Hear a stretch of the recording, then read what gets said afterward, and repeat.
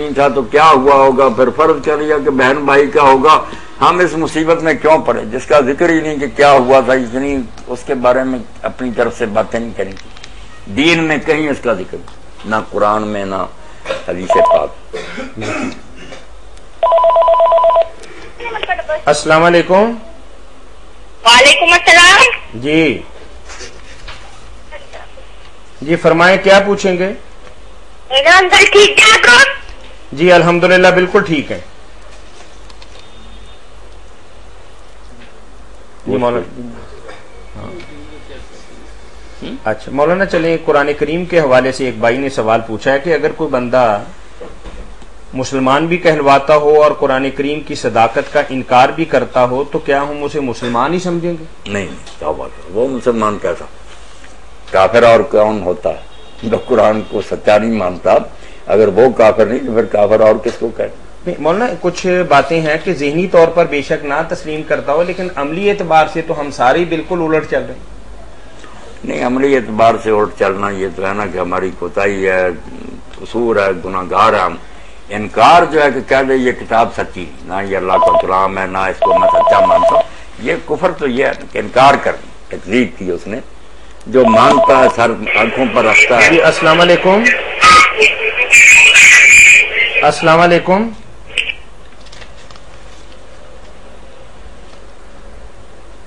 مولانا ایک سوال حدود آرڈیننس کے حوالے سے، کیونکہ آج کل حکومت یہ چاہتی ہے کہ وہ جو حدود آرڈیننس 1982 کے اندر بنا تھا کہ اس کے اندر کچھ تبدیلیاں کی جائیں. اب میجر تبدیلی اس کے اندر یہ کر رہے ہیں کہ زنا بالجبر جو ہے اور زنا جو ہے اس کے اندر کوئی فرق کیا جائے، کوئی اس طرح کی بات ہے. اور فرق تو پہلے بھی ہے. جی بھائی کا سوال یہ ہے کہ اب عورت یہ کہہ کے کہ مجھ سے زنا بالجبر کیا گیا ہے، پکڑے جانے کے بعد اپنی جان چھڑا لیتی ہے، اور گورنمنٹ یہ کہتی ہے کہ اگر زنا بالرضا ہو تو یہ جرم نہیں شمار ہوگا. تو اس کے بارے میں تھوڑی سی اگر وہی تو جرم ہے جو اپنی خوشی سے دونوں نے کیا. السلام علیکم. ہیلو جی السلام علیکم. فتوا on line. G tele vision بند کر لیں یا آواز کم کر لیں؟ فتوا آن لائن ہے سر. جی جی الحمدللہ.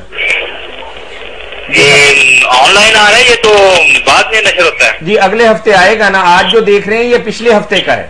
اگلے ہفتے آئے گا جی انشاءاللہ. سر سوال کرنا تب کر لوں میں.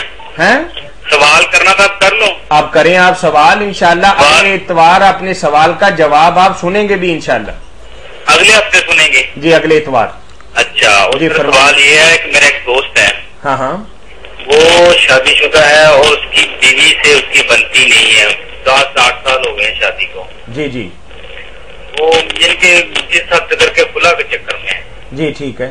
یہاں تک نوبت پہنچ چکی ہے اور تقریباً شاید ہوگی ہے. اور اس کا جو خاوند ہے، اس کا بھائی ہے، اس کے ساتھ کے بعد میں اس کا نکاح ہو سکتا ہے اس کی بیوی کا، جس کے بارے میں اسلامی روح کیا کہتی ہے؟ جی 2 سوال ہیں میرے بھائی. اس میں کیا عرض ہے؟ جب یہ خاوند طلاق دے دے گا یا وہ عورت خلا دے دے گی تو پھر اس کا بھائی کرے یا جون ساتھ جی چاہے کرے، وہ بھائی کے لیے کوئی حرام ہے؟ کئی آدمی مر جاتے ہیں تو ان کی بیویاں جو ہیں پھر خاندان کے لوگ کہتے ہیں یار بھتیجے جو ہے بھتیجیاں جو برباد ہو جائیں گے، اس کا بھائی کر لے. تو یہ تو بہت اچھی بات ہے، کوئی حرج نہیں ہے اس میں. لیکن وہ خاندان والے کہہ رہے ہیں کہ نہیں ایسا نہیں ہو سکتا، یہ ہے وہ ہے. نہیں یہ ان کی اپنی مرضی ہے. دین میں کوئی رکاوٹ نہیں ہے. نہیں دین میں کوئی رکاوٹ نہیں. ویسے وہ نہیں کرنا چاہتے تو نہ کرے، ان کی مرضی. اچھا خاوند کے بھائی کے ساتھ اس کا نکاح جائز ہے. مولانا شرعی اعتبار سے تو واقعی کوئی رکاوٹ نہیں ہے، لیکن سماجی اعتبار سے تو ہم یہی سمجھتے ہیں کہ شاید اسی وجہ سے طلاق لی گئی. ہاں لیکن یہ وجہ نہیں ہے، اور وجہ اور ہے. چلو یہ وجہ بھی ہو نا کہ وہ کوئی اس خاوند کو پسند نہیں کرتی، اس کے بھائی سے محبت کرتی ہے، تو یہی ٹھیک بات ہے کہ بجائے کہ اس کے کہ وہ گناہ کرے، اچھی بات ہے یہ اس کو چھوڑ دے اور اس سے وہ نکاح کر رہے، حرام سے بچ جائے. اس میں کیا ڈر ہے؟ کوئی حرج نہیں ہے. ٹھیک ہے شکریہ جی جی ٹھیک ہے. بھائی کا سوال یہ ہے کہ آدمی نماز پڑھ رہا ہے اور رکوع میں جانے کی بجائے سجدے میں چلا گیا، اور سجدے میں جا کے اس کو خیال آیا کہ میں تو رکوع کیا نہیں ہے. اب اس کی نماز کس طریقے سے باقی اس کی تکمیل کرے گا؟ کال لے لیں گے پہلے. السلام علیکم. السلام علیکم جی مولانا فرمائیے. رکوع چھوٹ گیا اور غلطی سے وہ سجدے میں چلا گیا تو اب خیال آیا تو اٹھے نہ، پھر وہ سیدھا کھڑا ہو جائے، قیام کر کے سیدھا پھر رکوع میں جائے، اس کے بعد کھڑا ہو پھر سجدے میں جائے اور آخر میں سجدہ صاحب کر. یعنی قیام سے مراد ہے کہ صرف سیدھے کھڑے ہی ہونا ہے؟ سیدھے کھڑے، پڑھنا پڑھانا کچھ نہیں جی. السلام علیکم. پہلے سیدھا کھڑا ہو پھر رکوع میں جائے، وہاں سے سیدھا کھڑا پھر سجدے میں جائے. السلام علیکم. مولانا نے اس طرح کی نماز کے متعلق فرمایا ہے کہ اگر آدمی رکوع بھول گیا ہو اور براہ راست سجدہ کے اندر چلا گیا ہو اور وہاں جا کے یاد آیا ہو کہ میرا رکوع رہ گیا ہے تو فوری طور پر پھر وہ قیام کی حالت کے اندر چلا جائے اور وہاں سے جا کے رکوع کرے اور باقی نماز کی تکمیل کرے اور آخر میں سجدہ صاحب کی ادائیگی کرے. میں سجدہ صاحب سے گزارا نہیں ہوگا، اگر رکوع نہ کرے کہ چلو سجدہ صاحب نہیں، جو رکوع السلام علیکم پہلے وہ کرے. جی السلام علیکم. مولانا اس ایک حال یہ ہے اور دوسرا حال یہ ہے کہ اس رکعت کو وہ کل عدم کر دے، ختم کر دے، گنے ہی نہیں، اس کی بجائے ایک اور رکعت پڑھے. یہ اگر ہے نا غلط ہوگی یہ بالکل بھول جائے، باقی جتنی پوری کرنے کرے اور اس کی بجائے بھی ایک رکعت اور پڑھے، بالکل وہ پڑھنے کے بعد پھر سجدہ صاحب اس کو کل عدم کر دے. یہ تھوڑا مشکل کام نہیں ہے، اس کی بجائے کھڑا ہو جائے اور رکوع سجود کر کے بس وہ کر لے، یا وہ طریقہ ٹھیک ہے یا اس رکعت کو سمجھے یہ کچھ نہیں نیل ہے اور اس کی بجائے نا باقی رکعتیں جتنی ہیں پوری کر لے. ٹھیک.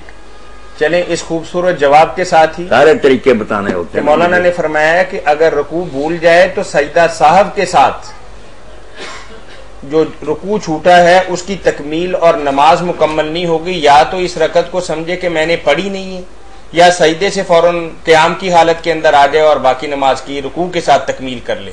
اس خوبصورت جواب کے ساتھ ہی ہم اس پروگرام کے روح رواں، مربی اور سرپرست اور آپ کی طرف سے آنے والی فون کالز کے جوابات دینے والی معروف علمی شخصیت مفتی اعظم پاکستان محترم مولانا محمد اسحاق مدظلہ العالی کے شکر گزار ہیں.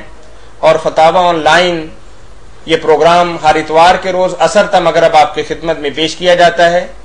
دینی مسائل کے حل کے سلسلہ میں، طلاق اور میراث کے مسئلہ میں، اور قرآن کریم کی کسی آیت کی تشریح پوچھنی ہو اور کسی حدیث کے بارے میں معلوم کرنا ہو کہ اس کی صحت کیسی ہے اور اس کا ترجمہ کیا ہے اور اس پر عمل کیسے ہو سکتا ہے، تو ہمارا ٹول فری نمبر نوٹ کر لیجئے 08001117777. اس کے ساتھ ہی اس پروگرام کے کیمرہ مین سہیل اقبال اور اس پروگرام کے میزبان میاں طاہر کو اگلے اتوار تک کے لیے اجازت دیجئے. اللہ حافظ. اللہ